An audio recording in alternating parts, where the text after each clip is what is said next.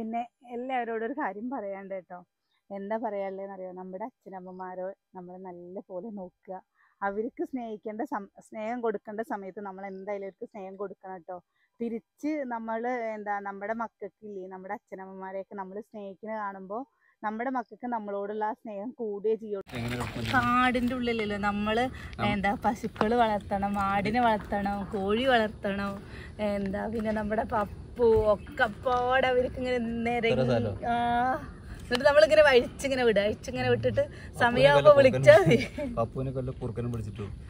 ഇത് നമ്മുടെ വീടിനടുത്തുള്ള ഒരു ഒഴിഞ്ഞ പറമ്പ് പറഞ്ഞാൽ ഇതിന് ഉടമസ്ഥനൊക്കെ ഉള്ളതാണ്.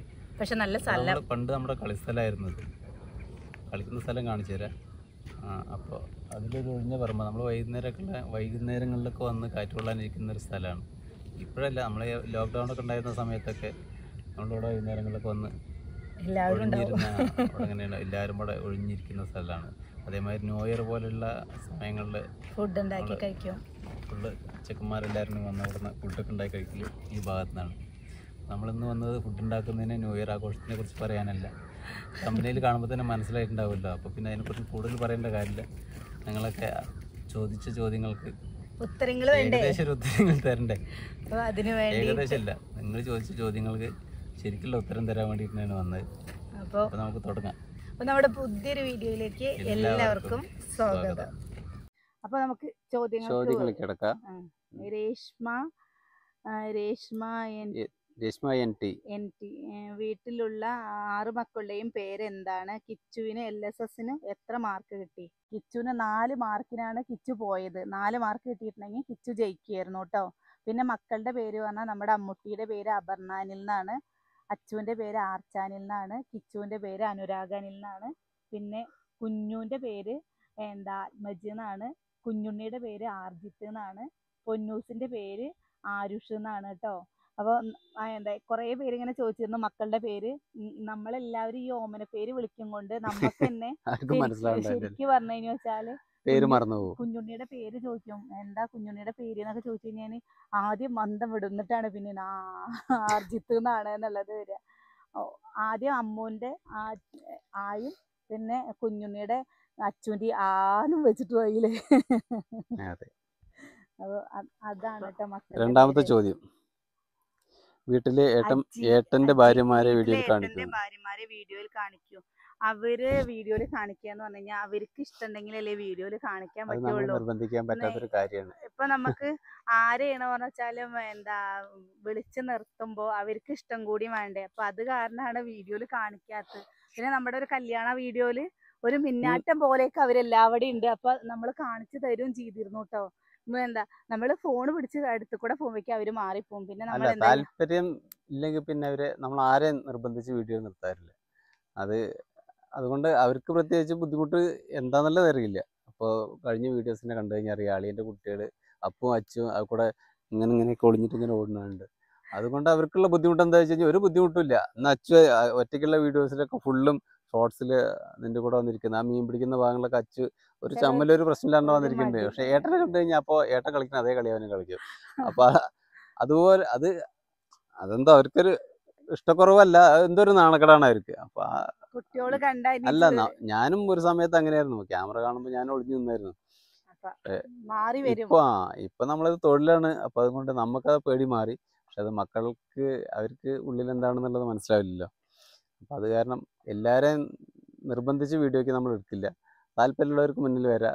പെങ്ങൾ വന്നു കഴിഞ്ഞാൽ അവളൊരു മടിയിലാണ്ട് വന്ന് നിൽക്കുന്നില്ലേ, അവരുടെ കുട്ടികൾ വന്ന് നിൽക്കുന്നില്ലേ, അപ്പോൾ അത് അവർക്ക് കാണാൻ ഇഷ്ടമാണ്. അപ്പോൾ അതുകൊണ്ട് അവർ വരുന്നു. അപ്പം അമ്മ വീട്ടിൽ പോയി കഴിഞ്ഞാൽ അമ്മ ഇഷ്ടത്തോടെ വന്നിട്ട് എല്ലാം കണ്ടറിഞ്ഞ് നമ്മളെക്കാട്ടിലും ഉഷാറായിട്ട് ഇന്ന് ചെയ്യുന്നു. പിന്നെന്താ, എല്ലാവരോടും അമ്മ അന്വേഷണം പറയാൻ പറഞ്ഞു കേട്ടോ. അമ്മ എന്നിട്ട് അറിയാം, ഇന്നലെ വിളിച്ച് പറയാം, എല്ലാവരോടും എൻ്റെ അന്വേഷണം പറയുന്ന കേട്ടോ. അപ്പോൾ അതാണ്, അത് അമ്മേനെ പോലും നമുക്ക് മറ്റുള്ളവരെ നിർബന്ധിക്കാൻ പറ്റില്ലല്ലോ. എന്നാൽ വലിയ അളിയന് പ്രശ്നമൊന്നുമില്ല. നമ്മൾ കടയിൽ നിർത്ത വീഡിയോസൊന്നും അളിയനൊരു കുഴപ്പമില്ല. അവർക്കൊക്കെ വന്ന് നിൽക്കുന്നുണ്ട്. പിന്നെ എന്താ വെച്ചെങ്കിൽ ബാക്കിയുള്ളവരെ നമ്മൾ നിർബന്ധിക്കാൻ പറ്റില്ല. അപ്പോൾ അവർ ഞങ്ങളുണ്ട് എന്ന് പറഞ്ഞിട്ട് അവരെന്ന് വരുന്നോ അന്ന് നമ്മൾ അതിൽ വീഡിയോയിൽ ഉൾക്കൊള്ളിക്കും. അല്ലാതെ നമുക്ക് അവർ ഉൾക്കൊള്ളിക്കുന്നതിൻ്റെ ഒരു ബുദ്ധിമുട്ടുമില്ല.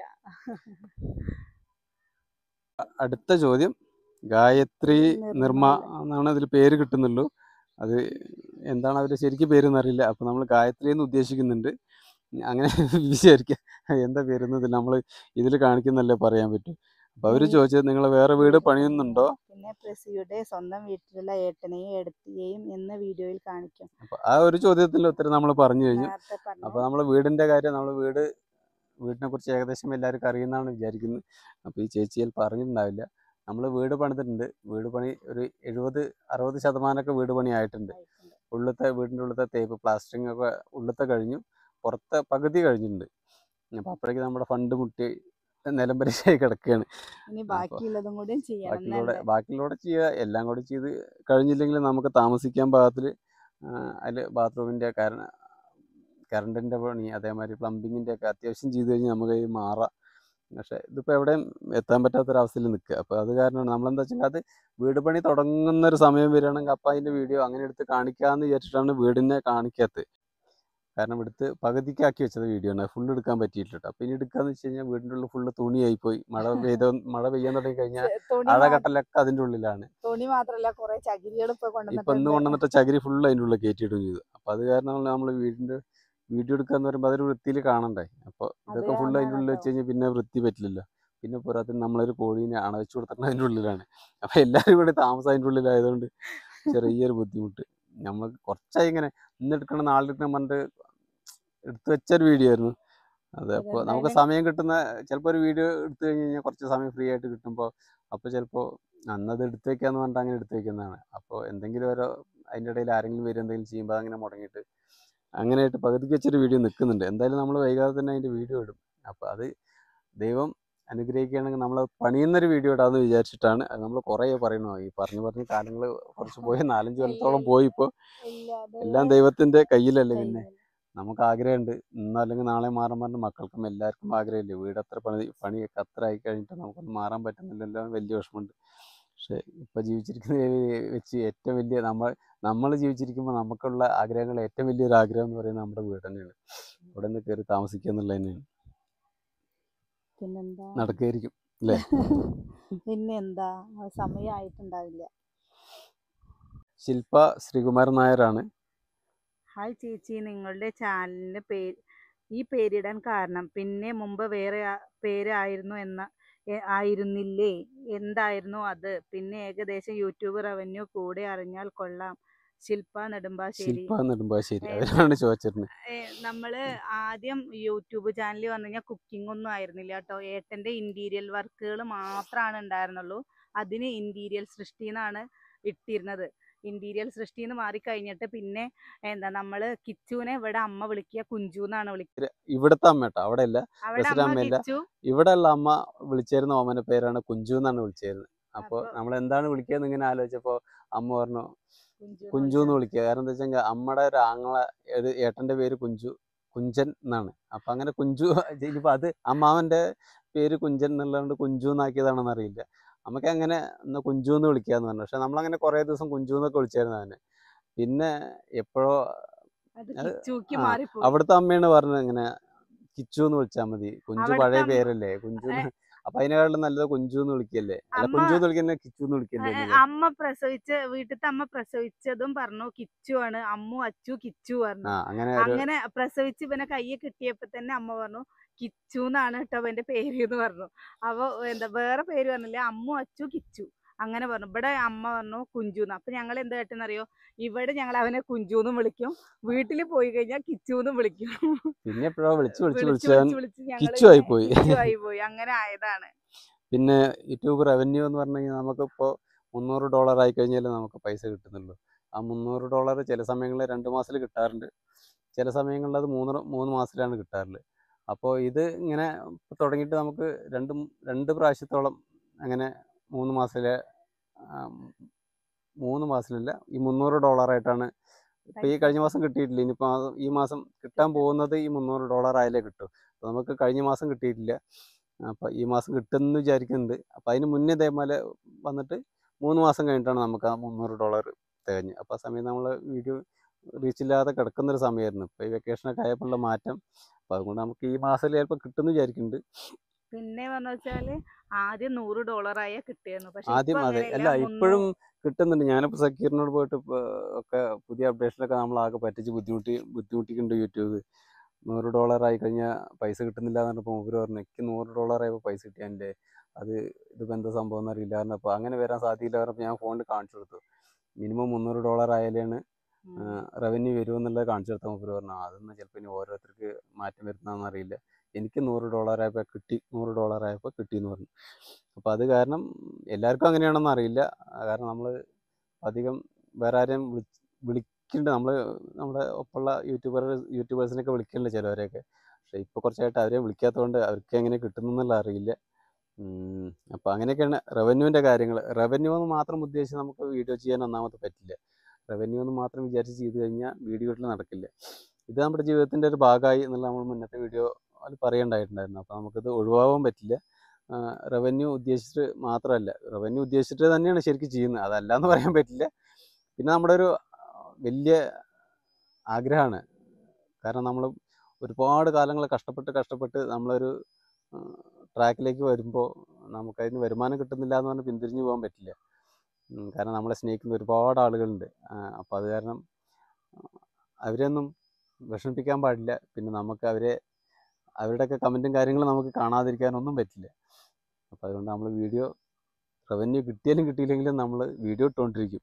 അത് ഒന്നിന് രണ്ടായിട്ട് കൂടുകയെന്നല്ലാണ്ട് അതിൽ കുറയ്ക്കാനോ അത് നമ്മൾ പിന്തിരിയാനോ ഒന്നും ഉദ്ദേശിക്കുന്നില്ല. അതാണ് ഇതിനെക്കുറിച്ച് നമുക്ക് പറയാനുള്ളത്. മിനി കേവി റസിയുടെ ഏടത്തിമാരെ എന്താണ് വീഡിയോയിൽ കാണിക്കാത്തത്? പിന്നെ നമ്മൾ ഉത്തരം പറഞ്ഞു കഴിഞ്ഞതാണ്. എന്നാലും നമ്മൾ ചോദ്യം വായിക്കാതിരിക്കാൻ പറ്റില്ലല്ലോ. അപ്പോൾ അതിനുള്ള ഉത്തരം അത്രയേ ഉള്ളൂ. അതുല്യ എലിസബത്ത് മക്കളെ എന്ത് പ്രൊഫഷന് വിടാനാണ് താല്പര്യം? അത് ഞാൻ പറഞ്ഞോട്ടെ. പറഞ്ഞു. അതിപ്പോൾ നമ്മൾ അവരെ നിർബന്ധിക്കാൻ പറ്റില്ല. അവർക്ക് എന്താണ് ഇഷ്ടം അതിന് വിടുക എന്നുള്ളതാണ് എൻ്റെ ഐഡിയ. ഞാനും അതന്നെയാണ്. മക്കൾക്ക് എന്താണോ ഇഷ്ടം അതന്നെ അവർ ചെയ്തോട്ടെ. ഇനിയിപ്പോൾ അത് ഏത് ജോലിയാണോ വെച്ചാൽ അത് ചെറുതും അല്ല, ഏത് ജോലിയാണോ വെച്ചാൽ അത് വലുതും അല്ല. അവർക്ക് എന്താവാനാണോ ഇഷ്ടം അത് അവർക്ക് ആവാം. പക്ഷെ അടിസ്ഥാനമായിട്ട് മക്കൾക്ക് എന്തായാലും നല്ല വിദ്യാഭ്യാസം വേണം. അത് പറഞ്ഞറിയിക്കാൻ പറ്റാത്തൊരു കാര്യമാണ്. വിദ്യാഭ്യാസം വേണം, സ്വന്തമായിട്ടൊരു ജോലി വേണം. ഇന്നത്തെ കാലത്ത്, ഇനിയുള്ള കാലത്ത് ഒരു ആണിനോ ഒരു പെണ്ണിനോ ഒരു ജോലി ഇല്ലാതെ ജീവിക്കാൻ പറ്റില്ല. ഇനിയിപ്പോൾ ഒരു കടയിൽ നിൽക്കുകയാവട്ടെ, അല്ലെങ്കിൽ എന്തെങ്കിലും ഒരു ജോലി ചെയ്യാച്ചാലും സ്വന്തമായിട്ടൊരു വരുമാനം ഉണ്ടെങ്കിൽ അതൊരു അഭിമാനം തന്നെയാണ്. ആ മക്കൾക്കാണോ വെച്ചാലും പെൺകുട്ടികൾക്കാണോ വെച്ചാലും. ഇപ്പൊ ചോദിക്കുമ്പോ അവർ ഓരോ കാര്യങ്ങൾ പറയും. അവർക്ക് അതാവണം ഇതാവണം എന്നൊക്കെ പറയും. പക്ഷെ അവിടേക്കൊന്നും അവർ എത്തിയിട്ടില്ലല്ലോ. അമ്മൂട്ടി പിന്നെ 10ൽ ഇപ്പൊ എത്തിയിട്ടുള്ളൂ. അവൾക്കൊരു അഭിപ്രായം പറയണ്ടാവും. പക്ഷെ എന്നാലും അവള് പറയുന്ന BSc നേഴ്സ് പോലെയാണ് പറയുന്നത്. അതിന്റെ ഗുണം എന്താ, മോശം, അതിന്റെ നല്ല വശം എന്താ, ചീത്ത വശം എന്താന്നുള്ളത് അവൾക്കും അറിയില്ല, ഞങ്ങൾക്കും അറിയില്ല. അപ്പോൾ അതുകൊണ്ട് അവിടേക്കൊക്കെ എത്തുമ്പോൾ അല്ലെങ്കിൽ അങ്ങനെ ഒരു സമയത്തല്ല നമ്മൾ അതിനെക്കുറിച്ച് ശരിക്കും ആലോചിക്കുന്നുണ്ടോ. ഇപ്പൊ തന്നെ ആലോചിച്ച് വെക്കേണ്ട കാര്യമുണ്ടോ? ഇല്ലെന്നാ തോന്നുന്നത്. അവർക്ക് ഇഷ്ടമുള്ളതെന്തോ, നമുക്ക് കൂട്ടിയെ കൂടുന്നത് മാത്രമല്ല, അവർക്ക് ഇഷ്ടമുള്ളതെന്തോ. നമുക്ക് കൂട്ടിയെ കൂടാത്താണെങ്കിലും നമ്മൾ ചെറിയ ഭാരതൊക്കെ ആണെങ്കിൽ ഏറ്റവും പൊന്തുന്നൊക്കെ ഉണ്ടെങ്കിൽ നമ്മൾ ഏറ്റി നോക്കും. അപ്പോൾ അതവർ മെയിനായിട്ട് നമ്മൾ നോക്കുന്നത് അവരുടെ താല്പര്യം എന്താണെന്നുള്ളതാണ്. അവർക്കത് ചെയ്യാനുള്ള താല്പര്യം വേണം. നമ്മൾ നിർബന്ധിച്ച് പഠിച്ച് ഒരു തൊഴിലിന് ഒരു കോഴ്സിന് വിട്ട് അത് അവർക്ക് ജീവിതത്തിൽ ഉപകാരപ്പെട്ടില്ല എന്നുണ്ടെങ്കിൽ അതുകൊണ്ട് കാര്യമില്ല. അപ്പം അവർക്ക് ഇഷ്ടപ്പെട്ടതെന്തോ അതവരാദ്യം പറയട്ടെ. നമുക്കത് അതിനെക്കുറിച്ച് അപ്പോൾ ആലോചിക്കുക. അതൊക്കെ ആലോചിക്കേണ്ട കാര്യങ്ങളല്ലേ, അവരുടെ ജീവിതം ഭാവിയെ കുറിച്ചുള്ളതല്ലേ. അപ്പോൾ നമ്മൾ അതിനെക്കുറിച്ച് ഇപ്പോൾ ഒന്നും പ്രത്യേകിച്ചൊന്നും പറയുന്നില്ല. അടുത്ത ചോദ്യം സാദിഷ് 27 എന്ന് പറഞ്ഞ ID എന്ന് പറഞ്ഞ് ജീവിതത്തിൽ ഒരിക്കലും മറക്കാൻ പറ്റാത്തൊരു സംഭവം ഉണ്ടായിട്ടുണ്ടോ? എന്താവും? അതാണ് എനിക്ക് എൻ്റെ ജീവിതത്തിൽ മറക്കാൻ പറ്റാത്തൊരു സംഭവം പറഞ്ഞു കഴിഞ്ഞാൽ അത് എൻ്റെ അച്ഛൻ്റെ വേർപാടാണ്. അത് മറക്കാൻ പറ്റില്ല. കാരണം അത് ഓർക്കാത്തൊരു ദിവസം ശരിക്കില്ല. നമുക്ക് ജീവിതത്തിൽ സംഭവിക്കുന്ന ചെറിയ ചെറിയ ഓരോ കാര്യങ്ങളിലും കൂടി അച്ഛൻ ഉണ്ടായിരുന്നു. അപ്പം അതുകൊണ്ട് അച്ഛനെ മറക്കാൻ പറ്റില്ല. നിനക്കോ? എനിക്കും അതൊക്കെ തന്നെ. രണ്ടച്ഛന്മാരില്ലാത്തത്, നമ്മൾ ചില സമയത്തൊക്കെ നമ്മൾ ആരുണ്ടെങ്കിലും അവരില്ലാത്തത് വല്ലാത്തൊരു കുറവ് തന്നെയാണ്. അത് എത്ര പേര് വന്നാലും നമുക്കത് നികത്താൻ പറ്റില്ല. അച്ഛൻ്റെ അമ്മയുടെ കുറവ് അത് നികത്താൻ വേറെ ആർക്കും പറ്റില്ല. ആ ഒരു കുറവ് തന്നെയാണ്. ചെറിയ ചെറിയ കാര്യങ്ങൾ വരുമ്പോൾ ചിലപ്പോൾ നമുക്ക് തോന്നും, ഒന്ന് നമ്മൾ ചെറിയ എന്തെങ്കിലും സങ്കടത്തിലിരിക്കുകയാണെങ്കിൽ കൂടി തോന്നും അത് അച്ഛനുണ്ടായിരുന്നെങ്കിൽ ഒരു പക്ഷേ നടത്തിത്തരുന്നല്ല, നമ്മളൊരു വാക്കുകൊണ്ടെങ്കിലും ചിലപ്പോൾ വല്ലാതെ മനസ്സ് തട്ടുന്ന രീതിക്ക് അത് കുഴപ്പമില്ല എന്ന് പറയാനും, അല്ലെങ്കിൽ അത് വേണ്ടായിരുന്നു എന്നോ എന്തെങ്കിലും നമുക്കൊരു വാക്കുകൊണ്ട് സപ്പോർട്ട് തരാൻ, നമുക്ക് വേറെ ആരും സപ്പോർട്ട് ചെയ്യുന്നില്ല എന്നല്ല, പക്ഷെ അത് അച്ഛൻ്റെ ഒരു സപ്പോർട്ട് വേറെയാണ്. അത് പറഞ്ഞറിയിക്കാൻ പറ്റാത്തൊരു സപ്പോർട്ടാണ്. അതെല്ലാവർക്കും അറിയാമല്ലോ അതെങ്ങനെയാണെന്നുള്ള. ഒരു അച്ഛൻ മക്കളെ സപ്പോർട്ട് ചെയ്യുന്നത് ഏത് രീതിക്കാൻ അറിയാലോ. എൻ്റെ അച്ഛൻ എന്നെ ഒരുപാട് എല്ലാ കാലത്തും സപ്പോർട്ട് ചെയ്തതെന്നല്ല, നമുക്ക് അച്ഛൻ്റെ വാർദ്ധക്യം വരുന്നവരെ അച്ഛൻ അങ്ങനെ കാര്യമായിട്ട് സപ്പോർട്ടൊന്നുമല്ല. നമ്മൾ അച്ഛനെ സ്നേഹിച്ച് തുടങ്ങുന്നൊരു സമയം അല്ല, അങ്ങനെയല്ല. അച്ഛനെ സ്നേഹിച്ച് തുടങ്ങുന്നൊരു സമയം നമുക്കിങ്ങനെ വരുമ്പോഴേക്ക് അപ്പോഴേക്കും അച്ഛൻ കള്ളുപിടിച്ച് ഭയങ്കര ബഹളമായിരിക്കും. പിന്നെ നമ്മൾ പറ്റുന്ന രീതിക്കൊക്കെ അച്ഛൻ നാണം കെടുത്തും ബുദ്ധിമുട്ടിക്കുകയൊക്കെ ചെയ്യും. അതൊറ്റ ദിവസം ഉണ്ടാവും. അത് കഴിഞ്ഞ് നമ്മളതെല്ലാം മറന്ന് അച്ഛന് പിന്നെയും പഴയ പോലെ നിങ്ങൾ സ്നേഹിച്ച് വരുമ്പോഴേക്ക് പിന്നെ ഒരു ദിവസം ഇതേപോലെ തന്നെ ആയിരിക്കും. കള്ളുപിടിച്ച് ബഹളം വെച്ച് നാട്ടുകാരെയൊക്കെ അവരെയൊക്കെ ഇടയിൽ പറ്റുന്ന രീതിക്കൊക്കെ നാണം കെടുത്തും നമ്മൾ. പക്ഷെ നമ്മളതെല്ലാം ഒഴിവായി മാറിപ്പോയത് ശരിക്കും അച്ഛൻ്റെ വാർദ്ധക്യം അവസാനം 1-2 വർഷം ഒക്കെ അച്ഛൻ അങ്ങനെയാണ്. അച്ഛൻ മദ്യപിക്കുന്ന പരിപാടിയൊക്കെ നിർത്തി കുട്ടികളുടെ കൂടെ കളിച്ചുകൊണ്ട് നടന്ന രീതിക്ക് അച്ഛനെത്തി, ശരിക്കും കുട്ടികളെ പോലെ. അപ്പം നമുക്ക് അതിലാണ് ശരിക്കും അച്ഛൻ്റെ സ്നേഹം എന്താണെന്ന് നമ്മൾ ശരിക്കും അറിഞ്ഞതാണ്. അതിനു മുന്നേ അച്ഛന് സ്നേഹം ഇല്ലാണ്ടല്ല.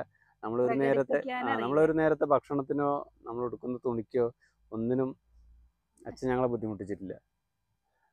പക്ഷേ അതിനൊക്കെ അപ്പുറത്തേക്ക് നമ്മളോട് കളിക്കാനോ അല്ലെങ്കിൽ നമ്മളെ കൂടുതൽ ഇന്നിപ്പോൾ ഞാൻ എൻ്റെ മക്കളെ വളർത്തുന്ന രീതിക്ക് ആയിരുന്നില്ല എന്ന് അച്ഛൻ. അതിപ്പോൾ അങ്ങനെ തന്നെയാണല്ലോ. ഇന്നെൻ്റെ മക്കളെ എന്നെ വന്ന് കെട്ടിപ്പിടിക്കുകയും ഉമ്മ വയ്ക്കുകയൊക്കെ ചെയ്യും. എനിക്ക് എൻ്റെ അച്ഛനെ കെട്ടിപ്പിടിക്കാനോ ഉമ്മ വയ്ക്കാനൊന്നും പറ്റിയിട്ടില്ല. അത് നമ്മളൊക്കെ ജീവിതത്തിൽ നഷ്ടപ്പെട്ടു പോകുന്ന ഏറ്റവും വലിയ നഷ്ടങ്ങളിലൊക്കെ ഒന്നാണ്. അത് ഞാൻ അവരെപ്പോഴേ ശീലിപ്പിക്കുന്നുണ്ട്. കാരണം നമ്മളായിട്ടും അവർ അത്ര കണ്ട അടുപ്പം ഉണ്ടാവണം എപ്പോഴും. മനസ്സ് പറഞ്ഞ് സംസാരിക്കാനും കൂടെ ചേർന്നിരിക്കാനും ഒരു കൂട്ടുകാരനപ്പുറം ബഹുമാനത്തിലായാലും ശരി സ്നേഹത്തിലായാലും ശരി നമ്മൾ പിന്നിക്ക് പോവാതെ അവർ കൂടെ ഉണ്ടാവും. ഞാൻ അതിനെപ്പോഴും ചീത്ത അറിയട്ടോ. കാരണം എന്താണെന്ന് വെച്ചാല് അമ്മൊക്കെ അച്ചടുക്ക് എന്ന് പറഞ്ഞിട്ട് ഇങ്ങനെ കയ്യങ്ങനെ വീട്ടിൽ നിൽക്കുമ്പോൾ പറയും അമ്മ 10ാം ക്ലാസ്സിലെത്തിയില്ലേ അറിയാം. അമ്മ പറയും എന്നോട് പറയട്ടോ എന്താ അറിയാന്നറിയോ, എൻ്റെ അച്ഛനല്ലേ അമ്മയ്ക്ക് എന്താ അസൂയ ചോദിക്കും.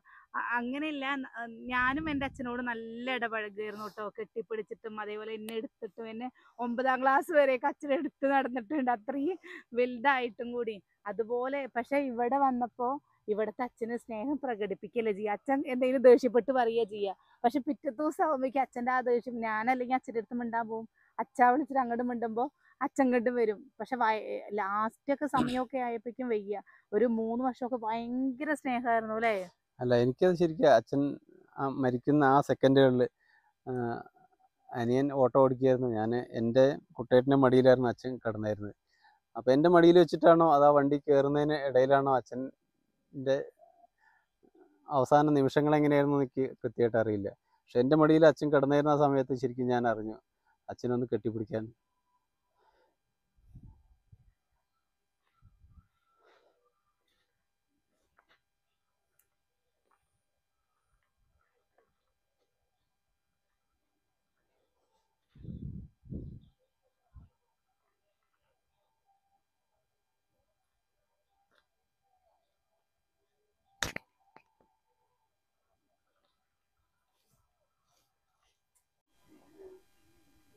സുധാ പി കെ, ഞാൻ കിച്ചുവിൻ്റെ പേര് ചോദിച്ചിട്ട് പറഞ്ഞു തന്നില്ല. സോറി കേട്ടോ. എല്ലാവർക്കും കിച്ചുവിൻ്റെ പേര് അറിയാമെന്ന് വിചാരിച്ചിട്ടാണ് നമ്മൾ പറയാതിരുന്നത്. കിച്ചുവിൻ്റെ പേര് അനുരാഗ് അനിൽ എന്നാണ്. അപ്പോൾ എനിക്കിഷ്ടമില്ലാത്ത പേരുമാണ് അനുരാഗ് അനിൽ എന്നുള്ളത്. ഭാവിയിൽ ഞാൻ എപ്പോഴും പറയട്ടെ ആ പേര് മാറ്റുക പറയും. പക്ഷേ ഏട്ടന് ആ പേര് ഭയങ്കര ഇഷ്ടമാണ്. ഞാൻ എന്നിട്ട് അനിരുദ്ധ് എന്നാണ് ഞാൻ പറഞ്ഞു കൊടുത്ത പേര്. പക്ഷെ ഏട്ടൻ പറഞ്ഞു എന്നെ എല്ലാവരും അനി വിളിക്കുന്നത്. അപ്പോൾ കിച്ചൂനി ഇനി അനിരുദ്ധ് എന്നാവുമ്പോൾ കിച്ചൂനി അനീന്നല്ലേ വിളിക്കുക. അപ്പം അത് വേണ്ടാന്ന് പറഞ്ഞിട്ടാണ് അനുരാഗ് എന്നിട്ട്. ഷഹനാസ് വ്ളോഗ് അടുത്ത ചോദ്യം ചോദിച്ചിരുന്ന അവരാണ് കിച്ചുവിന് LSS കിട്ടിയോന്നാണ്. നമ്മളതിൻ്റെ മറുപടി നേരത്തെ പറഞ്ഞായിരുന്നു, കിട്ടിയില്ല കേട്ടോ. പിന്നെ നമ്മുടെ കൃഷ്ണദാസ് ഏതോ ഒരു ഫോട്ടോ, നമ്മൾ ഏത് ഫോട്ടോ ഇതിൽ ഈ പോസ്റ്റ് ഇട്ടിരുന്ന ആ ഫോട്ടോ നന്നായിട്ടുണ്ടെന്ന് പറഞ്ഞിട്ട് പറഞ്ഞിട്ടുണ്ട്. അപ്പം അത് സന്തോഷം. മിനിയനി, ഹായ് പ്രസി, സുഖാണോ? യൂട്യൂബിൽ നിന്നും നിങ്ങൾക്ക് വരുമാനം കിട്ടിത്തുടങ്ങിയോ? വരുമാനം കിട്ടി തുടങ്ങി കഴിഞ്ഞ നമ്മള് അച്ഛന്റെ എപ്പോഴാണ് ഇപ്പൊ അച്ഛന്റെ കൊല്ലം തേയ്യണ അച്ഛന്റെ അന്നാണ് കൊല്ലം തികയുന്ന ആ കിട്ടിയത്. സമയത്ത് നമുക്ക് കിട്ടി നമ്മള് തുടങ്ങി. എന്താ തിരുവല്ലമല പോയി നമ്മൾ ക്രിയ അപ്പൊ തുടങ്ങിയ ചെയ്ത് വീഡിയോസിലൊക്കെ നമ്മൾ പറഞ്ഞിട്ടുണ്ട് കേട്ടോ, നമുക്ക് റവന്യൂ കിട്ടി എന്നുള്ളത്. ആ, മോണിറ്റൈസേഷൻ്റെ ആ സമയത്തും അങ്ങനെ ഓണത്തിന്റെ സമയത്തും അങ്ങനെ കൃത്യമായിട്ട് ഏതൊരു വീഡിയോയിൽ ഇത് പറഞ്ഞിട്ടുണ്ട്. ഏത് വീഡിയോയിലേക്ക് ഓർമ്മയില്ല, പക്ഷെ നമ്മൾ അന്നേ അത് കിട്ടിയപ്പോൾ തന്നെ നമ്മൾ അതിന്റെ അച്ഛന്റെ അതിനാണ് ഉണ്ടല്ലേ. അച്ഛന്റെ അത് ഒരു കഥ പോലെ പറയാണ്ട് കേട്ടോ. കാരണം നമ്മള് എന്താ പൈസ എന്നാ കിട്ടാന്നൊന്നും നമുക്കറിയായിരുന്നില്ല. പക്ഷെ ഞങ്ങള് തിരുവില്ലാമല പോയി വന്നിട്ട് ഞാൻ ഫോൺ നോക്കിയപ്പോ അന്ന് നമ്മള് പരിപാടിയും കാര്യങ്ങളൊക്കെ നടത്തുന്നുണ്ടായിരുന്നു. അന്ന് രാവിലെ തന്നെ അച്ഛന്റെ വാർഷികം നടത്തുകയായിരുന്നു. അച്ഛന്റെ കൊല്ലം തേയ്യണ അന്ന് തന്നെ നമുക്ക് ഈ പൈസ കയറി എന്ന് പറഞ്ഞു കഴിഞ്ഞാൽ നമുക്ക് ഭയങ്കര സങ്കടം വന്ന്. പൈസ കയറി എന്ന് പറഞ്ഞപ്പോൾ എല്ലാവർക്കും സന്തോഷമല്ലേ വരിക, ഞങ്ങൾക്ക് സങ്കടം വന്ന്. കാരണം നമ്മുടെ പഴയ വീഡിയോസിലൊക്കെ ഫുള്ളും അച്ഛനുണ്ട് ലേട്ടാ. അച്ഛനെ കാണാത്തവർ അച്ഛന്റെ തമ്പനയിൽ വെച്ച വീഡിയോ ഉണ്ട്, അതിൽ നോക്കി അറിയാം അച്ഛനെ കാണാം. അപ്പോൾ അന്നത്തെ ഒരു ദിവസം നമുക്ക് കിട്ടിയപ്പോൾ അത് ഭയങ്കര എന്നും നമുക്ക് ഓർക്കാലോ അല്ലേ, പിന്നെ എന്നും നമുക്ക് ഓർക്കാൻ പറ്റുന്ന ഒരു ദിവസം. അപ്പോൾ അത് ഭയങ്കര ഒരു സന്തോഷം സങ്കടം നിറഞ്ഞ ഒരു വരുമാനം കിട്ടണമായിരുന്നു. അതെ. ഷീല കേശവൻ അവരാണ് ചോദിച്ചിരുന്നത്. കുട്ടികൾ പാസ്സായോ, വിച്ച് സ്റ്റാൻഡേർഡ്? അനിയേട്ടൻ്റെ അനിയനെയും സുകന്യയെയും ഒന്നിച്ച് കാണിക്കണേ, വാട്ട് ജോബ് ബ്രദർ ഡൂയിങ്. അപ്പോൾ നമുക്ക് ആ ഒരു കാര്യത്തിൽ ചെറിയൊരു ബുദ്ധിമുട്ടുണ്ട്. പാസ്സായോ ചോദിച്ചു. എല്ലാവരും പാസ്സായിട്ടുണ്ട്, മക്കളെല്ലാവരും പാസ്സായിട്ടുണ്ട്. എത്രാം ക്ലാസ്സിലാന്ന് പറഞ്ഞിട്ടുണ്ട്. ഇപ്രാവശ്യം അമ്മ 10ല്, എന്താ അച്ചുട്ടി 7ല്, കിച്ചു 5ല്, പിന്നെ എന്താ കുഞ്ഞൻ 2ല്, കുഞ്ഞുണ്ണി 1ല്. കുഞ്ഞുണ്ണി 1ലല്ല, കുഞ്ഞുണ്ണി LKG-ല് ചേർത്തണേ. LKG-ല് ചേർത്തത്, 1ലേക്കല്ല. അപ്പോൾ അതാണ്, അങ്ങനെയാണ് അത്. പിന്നെ അനിയനെയും സുകന്യയും കാണിക്കുക പറഞ്ഞു കഴിഞ്ഞാൽ നമ്മൾ കുറേ വീഡിയോസിൽ ഉണ്ട്. അവര് തമ്പനയിൽ നോക്കി അറിയാം. അനിയനും സുകന്യയും തമ്മിൽ അവരൊരു വെഡിങ് ആനിവേഴ്സറി ഡേ ആണ് തോന്നുന്നുണ്ട്. അപ്പോൾ അതിൻ്റെ സെലിബ്രേഷൻ്റെ ഒക്കെ നമ്മൾ ചെറുതായിട്ടൊന്ന് ആഘോഷിച്ചു ആ സമയത്ത് കഴിഞ്ഞ വർഷം. അപ്പോൾ അതിലുണ്ട് അവർ രണ്ടുപേരും ഒപ്പം ഉള്ള കുറേ കാര്യങ്ങൾ അതിലുണ്ട്. അപ്പോൾ അവർ പിന്നെന്താണ് അവന് ജോലി എന്താണെന്ന് ചോദിച്ചിട്ടുണ്ട്. അവന് കൺസ്ട്രക്ഷൻ, കെട്ട്, അതേമാതിരി തേപ്പ്, ടൈല് പണി, നിലംപണി, അങ്ങനെ ഉള്ള വീടിൻ്റെ കൺസ്ട്രക്ഷൻ എടുത്ത് ചെയ്യണം. രാജേഷ് ആർ ഹായ് പറഞ്ഞിട്ടുണ്ട്. ഹായ് ഉണ്ട്. മഞ്ജു മനോജ് ഹായ്, തിരിച്ചും ഹായ് ട്ടാ. പിന്നെ ഗീത ഗീത പ്രമോദ്, പ്രമോദ് എല്ലാവരോടും ഇഷ്ടം. പൊന്നൂസിനെ കാണുമ്പോൾ എടുത്തോണ്ട് നടക്കാൻ തോന്നുന്നു. അവന് ഒത്തിരി ചക്കര ഉമ്മകൾ കൊടുത്തേരേന്ന്. ഓ, ഇത് ബസ്സം കൊടുക്കുന്നുണ്ട് കേട്ടോ. പിന്നെന്താ ഷാനി മൻസ് എന്താ സൈനുവിന്റെ ഭാര്യയാണ് കേട്ടോ അത്. ഹായ് ചേച്ചി, ചേച്ചിയുടെ അമ്മയ്ക്ക് സുഖമല്ലേ? ചേച്ചിക്ക് 3 മക്കളാണോ? ചേച്ചിയുടെ ഭർത്താവിന് എന്താ ജോലി? എനിക്ക് ചേച്ചിയെ ആദ്യമേ അറിയാന്ന്. അപ്പോൾ എനിക്കറിയില്ല കേട്ടോ. ഞാൻ സൈനുവിനെ അറിയും, പക്ഷേ വൈഫിനെ അറിയായിരുന്നില്ല. അപ്പം അങ്ങനെ കമന്റ് ഇട്ടതിൽ ഒരുപാട് സന്തോഷം. എനിക്ക് 3 മക്കളാണ്. പിന്നെ അമ്മ സുഖമായിരിക്കണു. പിന്നെ എന്താ പറയാ, എല്ലാരും സുഖമായിരിക്കണു ലേട്ടാ. പിന്നെന്താ എനിക്ക് എന്താ പണി ചോദിച്ചിട്ടുണ്ട്. എനിക്ക് ഇങ്ങനെ മരപ്പണി, ഇന്റീരിയറിന്റെ ഒക്കെ പണികളാണ്. പിന്നെ എല്ലാവരോടും ഒരു കാര്യം പറയാണ്ട് കേട്ടോ. എന്താ പറയാനുള്ളതെന്ന് അറിയാം, നമ്മുടെ അച്ഛനമ്മമാരോ നമ്മളെ നല്ല പോലെ നോക്കുക. അവർക്ക് സ്നേഹം കൊടുക്കേണ്ട സമയത്ത് നമ്മൾ എന്തായാലും അവർക്ക് സ്നേഹം കൊടുക്കണം കേട്ടോ.